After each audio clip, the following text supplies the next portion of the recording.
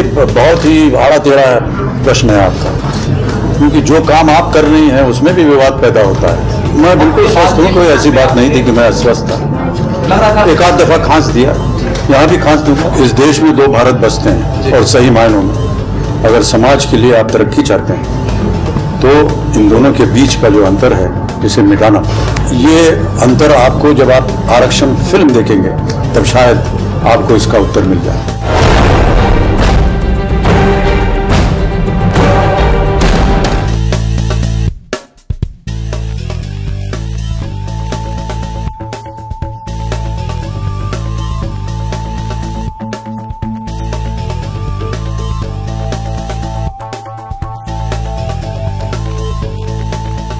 जब से हम लोगों ने ये फिल्म बनाई है सब यही प्रश्न हमसे पूछते रहते हैं। हमारे पास इसका सही उत्तर है नहीं, क्योंकि इसका उत्तर है हो ही नहीं सकता।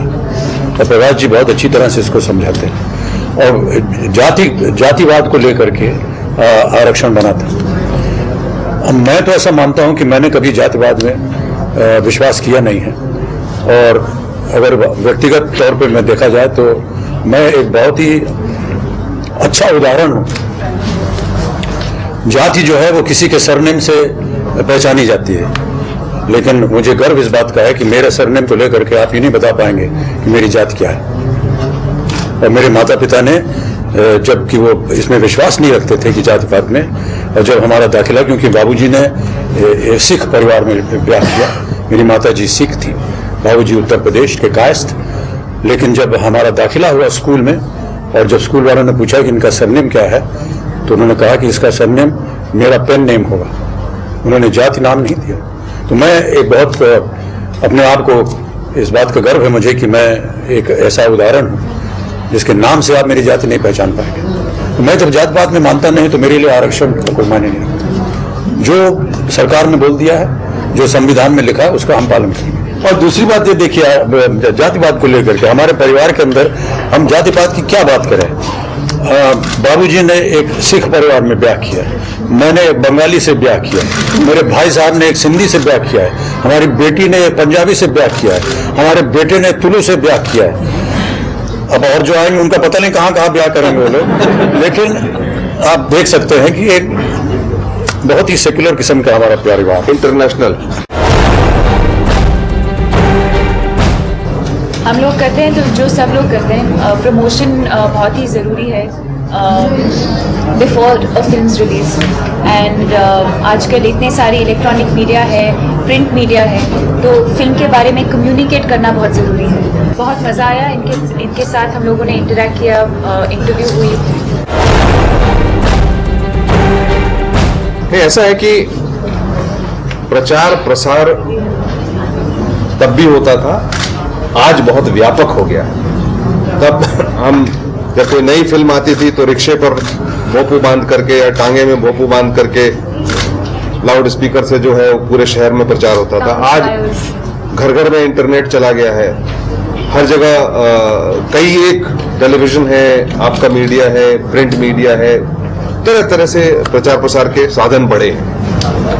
और जाहिर है कि पब्लिसिटी जब होती है तो पब्लिसिटी हर तरह की होती है। पब्लिसिटी फिल्म की भी होती है, व्यक्तिगत भी होती है, विचार भी, की भी होती है। तो जैसा कि इनके शो का नाम है कि पब्लिसिटी के लिए कुछ भी करेगा, तो हम लोगों ने भी पब्लिसिटी में अपना आरक्षण करवा लिया था।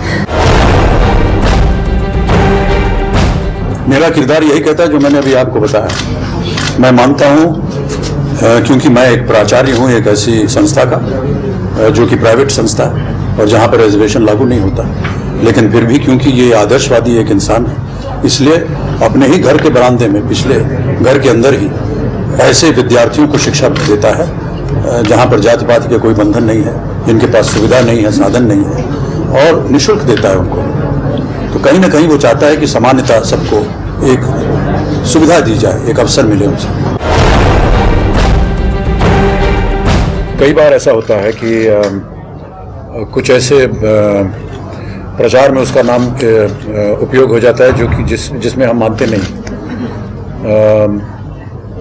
ऐसे प्रोडक्ट्स हैं जिसको कि हम एंडोर्स नहीं करते हैं, उसमें लोग यदि हमारा आवाज़ लगा देते हैं या हमारे आवाज़ के नमूना लगा देते हैं, तो वो हमें सही नहीं लगता है। कष्टप्रद। अब मैं सिगरेट शराब ये सब तो पीता नहीं हूँ और गुटखा पान वगैरह भी नहीं खाता हूँ। तो कुछ लोग ऐसे हैं जो कि गुटखा का व्यापार करते हैं, तो उसमें हमारा नाम जोड़ देंगे या हमारी तरह की आवाज़ लगा देंगे, तो लोगों को ऐसा लगता है कि मैं उसका प्रचार कर रहा हूँ। तो कई बार लोगों का विरोध होता है कि आप ये क्यों कर रहे हैं।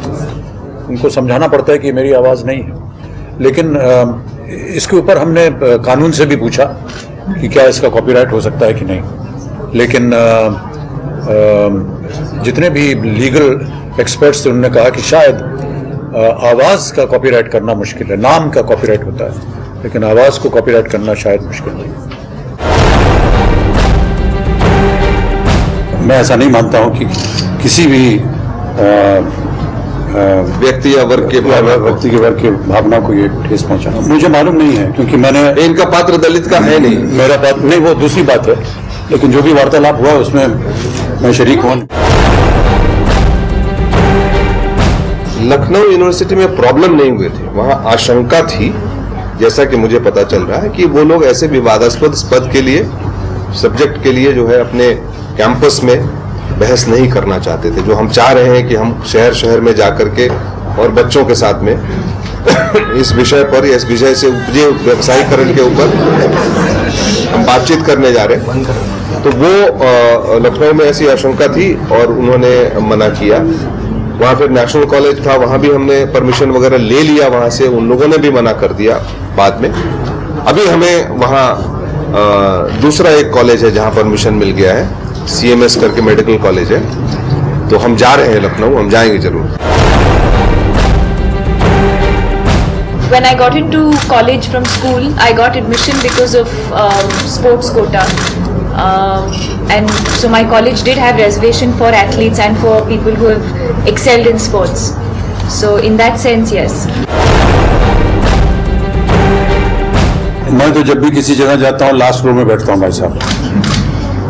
ये बाबूजी की सिखाई हुई बात है कि कभी भी किसी सभा में जाओ तो सबसे आखिरी रो में बैठो, क्योंकि वहां से अगर हटाएंगे तो आगे ही जाओगे।